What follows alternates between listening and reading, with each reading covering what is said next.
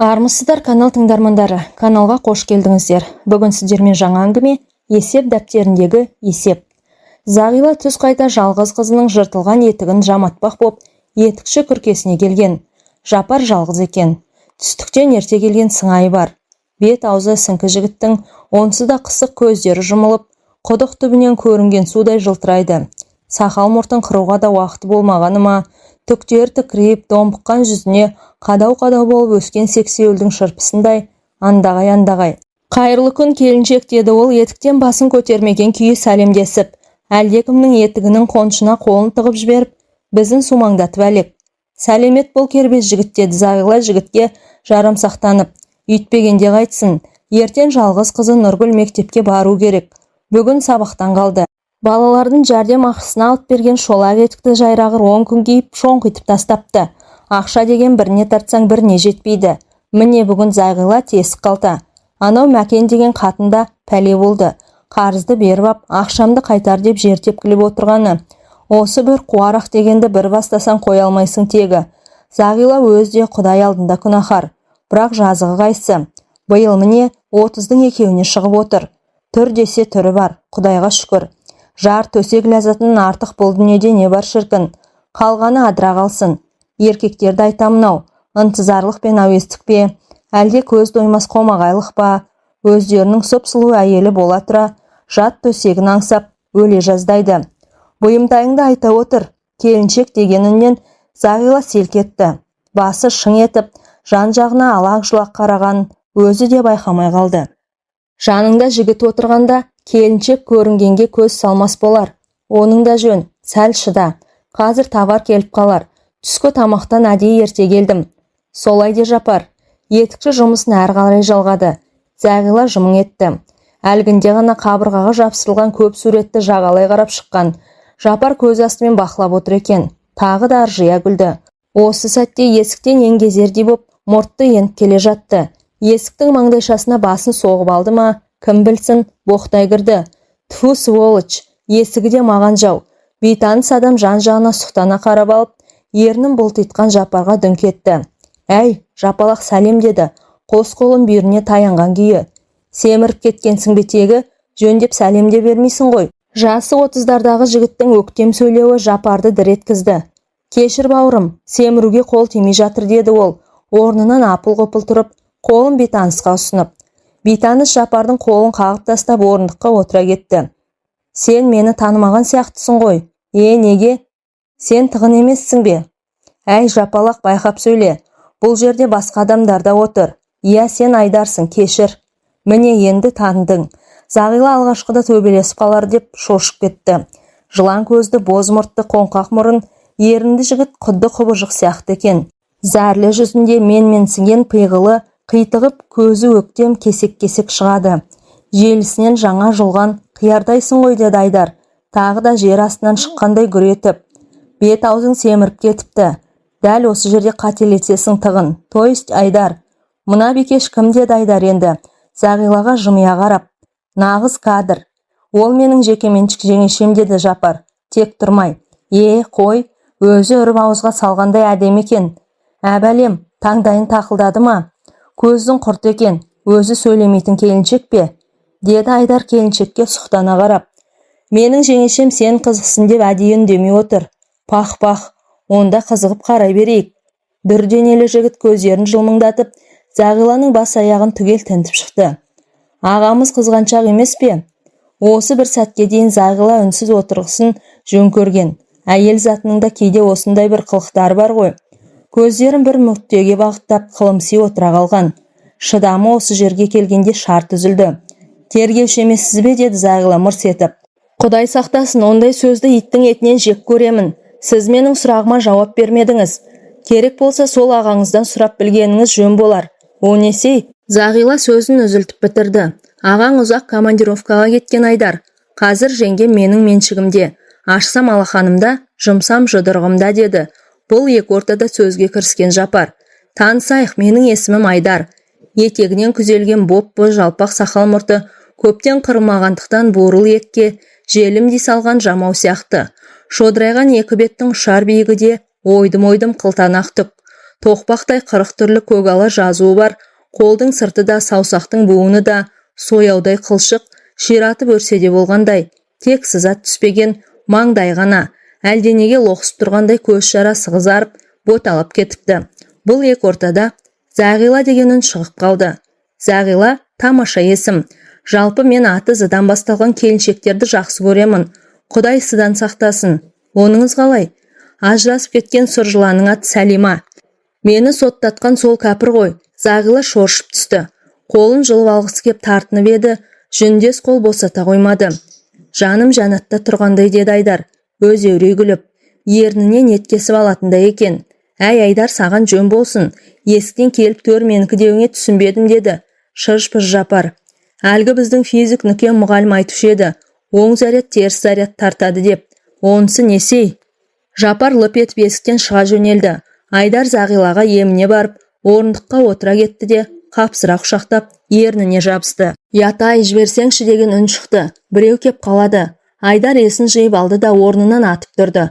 Айдар, мен үйге барып қуырдақтата берейін. Аш өзекке түсіп кетер. Жапалақ екеуің бір-бірлеп келе жатарсың. Ана қаптаған терезелердің бәрі телевизор. Қызылауыз өсекші қауымының табасына қалармыз деді Зағила, осы сәт бұрқыраған шашын жиып жатып. Айдар орнында қалшиған аң-таң күйі тұрып қалды. Құды жыланғар болған торғай дерсің. Зағиланың осы жігіттің арыны тым жақсы екен. Осы жерден жылыстап, көретін көресімді үйде көрейін деп пайымдағанын ол ұққан жоқ еді. Зағила иығын қиқаң еткізіп есіктен шыға жөнелді де, Айдар ойланып тұрып қалды. Содан соң жүзіктің көзінен өткенде әдемісін-ай деп, ернін бір сылп еткізді. Қыр мұрныңды, қой көз, бидай өңді, сыңғырлап тұрған сыбызғы сияқты. Жесір келіншек. Не жазып қойды екен тағдырға? Күйеуі өлген ғой шамасы. Алғабас ауылының әкімі Мерекенов таң бозынан аудандық ішкі істер бөліміне телефон соққанда Нұрбеков кезекшілерді тексеріп, орын ауыстырып жүрген. Кезекші милиционер Нұрбековке телефон трубкасын ұсынды. Әкімнің даусы ащы шықты. Атып кетіпті деді қарлыққан дауыс. Жамбасына тиіпті. Жап-жас жігіт екен. 4 ірі қарасын айдап кетіпті. Тірі ме? Тірі. Орнынан қозғамадық. Біздің ауылдікі. Аты жөні Тоқан Есімбеков. Маңында ешкім жоламасын. Біз қазір жетеміз. Әп-сәтте жетіп үлгерген Нұрбеков ауылдың шеткі бетіндегі өз үйінің ауласында жатқан жаралы жігітті бірден ауруханаға жөнелтті. Қылмыскер жемтігін кәдімгі қос мылтықпен атқан. Бытыраның топтасын түсуіне аға тергеушінің көзіне умаждалған қағаз бірден түсе кетті. Қолымның ұшымен ұстап қол орамалына салды. Патронның ұңғысынан түскен қағаз. Нұрбеков осымен екінші рет осындай қағазға тап болып тұр. Осындай азғана күн бұрын сөгеттік оперативтік мал қыстағында да осындай бір оқиға өткен. Түннің бір кезінде мал қораның қарауыл күркесінде жатқан күзетші қойбаға арып шабалана үрген ит даусынан оянып сыртқа шығады. Айсыз қараңғы түнде бұқпантайлап қора есігіне жақындап келсе, топырлап жүрген сиырларды көреді де, өз көзіне өз сенбей қалт тұрып қалады. Шындығында әйелі Жәмила екеуінің кешкісін бордақыда тұрған топ сиырды суғарып әкеліп, қораға қамаған анық. Шомбал қара құлыпты да тексеріп салған. Мұнысы қалай? Сөйткенше ат дүбір естілді. Ұры дейді ішінен күбірлеген Қойбағаров. Қаруын күркеге тастап кеткеніне өкінген ол, бұрылып жүргенше жалғыз атты таптап кетерде жақындап қалғанын сезеді де айқай салыпты. Артынша мылтық атылды да есінен танып құлап түседі. Болған біткені сол. 21 сиыр қолды болған. Ізінше жеткен іздестіру тобының тапқаны да осындай бір умаждалған патронның ұры өтке әккі. Тау тасқа әуес, тасты жерден із кесу қиын. Мына қылмыскер асқындап барады ғой өз деді. Нұрбеков күбірлеп, көп жортқан қасқыр қанша бір әккі атансаң да қақпаға түсерсің. Қас қарая Зағиланың үйінде қызық думан басталып кеткен еді. Алдымен 4 бөтелкені құшақтап Жапар жетті. Есіктен қуанышын білдіре әзілдей келді. Теңіздің суы тобықтан келмейді жеңеше деді ол кірген бойда. Әй жеңеше, өзің тура көгілдіріндейсің. Өткен кеткен өзіңе көз салмай өте алмайды. Оның дұрыс ау, бірақ түрмеде отырғаны маған ұнамай қалды деді. Зағила бөтелкенің біреуін ашып қос стақанға арақ құйып жатып. Қатынды кім ұрмайды? Осы күні күйеуі көзін алартса әйел сотқа баратын заман емес пе? Онда дұрыс екен. Тек сен бүгін байқап ішші. Мақұл, онда жөн. Ана қуырдақ күйіп кетпесін. Араластыра бер. Әйтеуір аузың желіндеп жүрмесін. О не дегенің? Мені бала деп пең, Ондай мінез менің табиғатымда жоқ деп шырпыр Жапар. Жарайды, өкпелеме тек. Саған бір сұлуды қазырақ жетектеп әкелемін. Енді бір сәтте есіктен лып етіп Зағила кірді. Біреу емес екеу екен. Бейтаныс бір көруге жүзі бар талдырмаш келіншек. Қасы қалың, көз астымен жан-жағын тінтелеп қарайтын әдеті бар ма? Бірден байқатпағансып Жапарды бастан аяқ шолып өтті. Міне, менің саған ғашық болған қайным, деді Зағила келіншекті білегінен ұстаған күйі Жапардың жанындағы орындыққа әкеп отырғызып. Енді айырылма, сөйтті де сыңғырлай күліп жіберді. Ал құшақта қайным. Жапар бұл екі ортада жеңгесінің бейтаныс келіншекке байқатпай көзін қысып қалған көз шалып қалды да, қолын ғашығының иығына аса салды. Міне жарасып кеттіңдер, деді Зағила, қолын шапалақтап. Іздегенге сұраған. Жапар, деді жігіт қолын созып. Сәния, деді ерні қаймақтанған келіншек өздіге сөйлеп. Стақанға тағы арақ құйылды. Таныстық үшін, деді Зағила. Бұл сәтте табалдырықты еңкейте аттаған Айдар көрінді. Міне, менің де жігітім келді, деді. Алдынан елпеңде шыққан Зағила. Төрге шық мырзам. Әу, өздерің менің жоқтығымды пайдаланып шүйіркелесіп қалыпсыңдар ғой түге, деді. Сөйлей көрінген Айдар жан-жағын бір шолып өтіп. Жеңгем де жеңешем де осында екен. Менің есімім Айдар. Дөй қара Сәнияға қолын сөзіп мөлие қарады. Әттең мынандай дөй қараның өзі болсам-ау шіркін. Қыз келіншектің өздері ақ өңмеңдеп сілекейі шұбырады, деді-ау. Жапар Сәнияға көз астымен ұрлана көз тастады. Мына қатында кетар емес. Тіпті Айдарды көзімен жеп барады ғой. Әй Сәния, сен шай ғой. Енді осы үйдің келінсің. Жапар менің қайным. Бұл сөздің төркінінде сенің еншің Жапар Айдарға жақындауға қақың жоқ деген меймеурінді танытқан еді. Жөн білетін жеңеше, деді Айдар. Зағиланың сөзін құптап, аш белінен құшақтай жанына отырғызды. Осы сәт есіктен бұрымына бантик таққан Зағиланың аузынан түсіп қалғандай кішкентай қызы кіріп келді де, қабағын түкситіп босағада тұрып қалды. Жаным-ау, бері кел, мұнысы несі, деді. Зағила Айдардың қолын қызға байқатпай сырып тастай орнынан көтеріліп. Қыз жауабы кесімді шықты. Ішпеймін, деді ол. Қабағының жауар бұлттай түнеруі дастархан басындағы шақырылмаған қонақтарды жақтырмағанын білдіріп тұр. Етігіңді ана ағаң жақсылап тұрып жамап беретін болды күнім, деді Зағила. Мен ол етікті кимеймін. Қыз теріс айналып есікке бұрылды. Әй Нұргүл, сен өзің үлкен адамдардың көзінше қалай сөйлейсің, деп екі оттың ортасында қалған шыж-пыж еткен келіншек. Солай, деді де сөз аяғын күтпеген қыз. Сөйтті де басы өксіп жіберді де сыртқа шығып кетті. Сарт етіп қатты жабылған есіктің даусы отырған қонақтарға айтылған қарғыста естілді. Әкесін мен өлтіргендей, о несей, күннен күнге өршіп салуын мұның. Кетті тағы, ана қақпастың үйіне, қиратып алар мені, деді Зағила, шабаланы дауыстап. Құлағына дейін қызарып, жанары жасқа кептеліп даусы дірілдей шықты. Оперативтік кеңесте тергеу бөлімінің бастығы майор Шокин Нұрбеков бастаған қылмысты іздестіру бөлімінің қызметкерлеріне қатты шүйілді. Оның да жөні бар еді. Шағын ауданда шарқ ұрып ұстатпай қылмыскер жүр. Жасырынбақ ойнап екі күннің бірінде әлдекімді атып тастайды да малын айдап жоқ болады. Бетіне қарап перде жамылған еңгезердей бір пәле. Оқ жараланған 3 бірдей адам аурухана жүзін көріп шықты. Қуанарлығы әзірге көз жұмған ешкім жоқ. Жол бойы тұрған май қызметкерлері де көрмеген. Санитарлық, эпидемиялық орталықтың да сатуға апаратын малға берген анықтама қағаздарды тексерілді. Күдік келтірер дәйек жоқ. Ұзақ жұртқан бөрі қақпанға бір түссе керек еді. Бірақ ұры асса әккі. Қорытынды жасар бір айғақ бар. Ол алғашқы екі адамды атқан жерде патронның оңғысынан қалған умаждалған қағаздар. Жыртылған оқушы дәптерінің беті. Қағазды құрастыра есеп дәптері деген сөз шығады. Бұл кімнің дәптері? Ол жұмбақ, қылмыскер бірақ адам сияқты. 5 мектептің бар оқушысының дәптерін тексеру оңай емес. Мүмкін мұғалімдер оқушы жазуын танитын болар. Инемен құдық қазғандай қыруар жұмыс. Онсыз да қылмыс атаулы толып жатыр. 2 күннің бірі ұрлық, зорлық, қала берді пәтер тонау. Шынында дәптер иесі табылған күнде қылмыскер менмін деп өзі айта қоймас. Енді сен менің құдай қосқан қосағымсың, деді. Ертеңгісін төсекте жатқанда Айдар Зағиланы емірене құшақтап. Мына үйдегі дүниені ары-бері төңкеріп, жақсысын алып жаманы лақтыр. Ақша мен емес, ақшаны мен табамын. Оның жайы келе қояр мекен. Мен есік көрген адаммын, қызым бар деді. Күрсінген Зағила Айдардың білегіне басын сап. Ал мен бір қатынның басына су құйған пендемін. Құдайға тәубе, әйтеуір бала таппады. Заңды құтылдым. Тағдырдың шыбығы тиіп ана жақты көріп қайттым. Асықтай бір ұл туып берсең болды емес пе? Қызық екен. Несі қызық? Қатырып тұрып шілдехана жасаймын. Өткенді ұмытып, келешекті ойлаймыз деді Айдар. Зағила біраз уақыт үнсіз жатты. Ойына күйеуі есіркеп түсті. Қызғаншақ еді байқұс.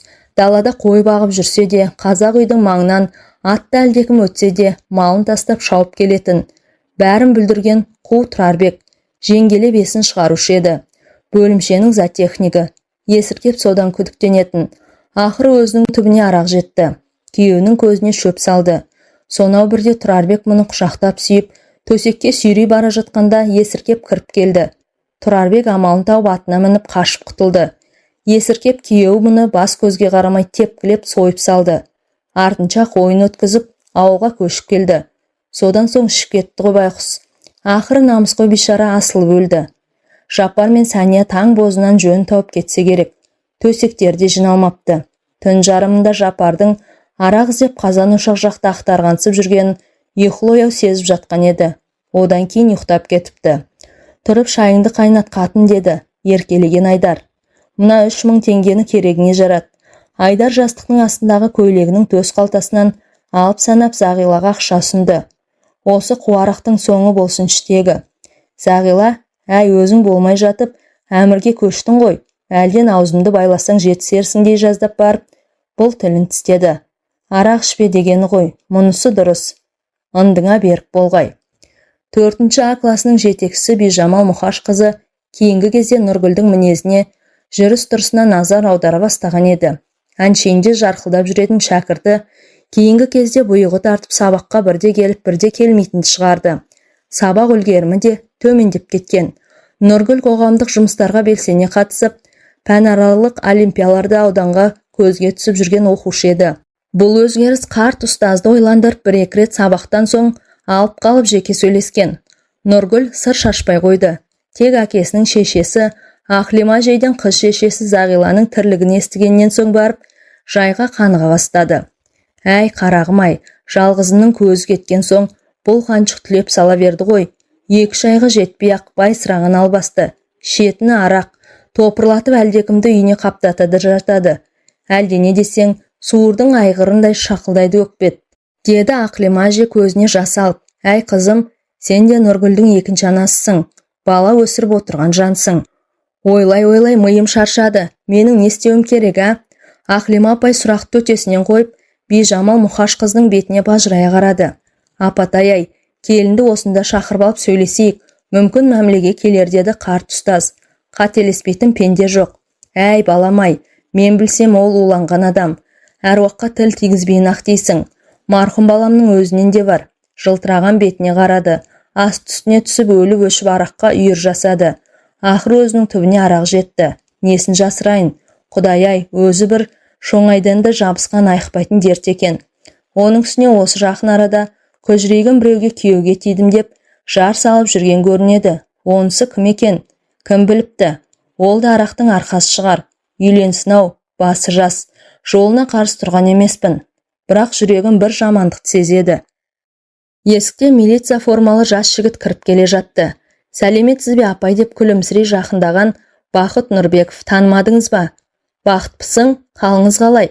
Бижамал Мұқаш қызы шәкіртінің маңдайынан сүйіп жанына отырғызды. Адасып жүрсің бе, ойпырмау? Сенің де шашың ақ кірген бе? Ал қартаймай көр.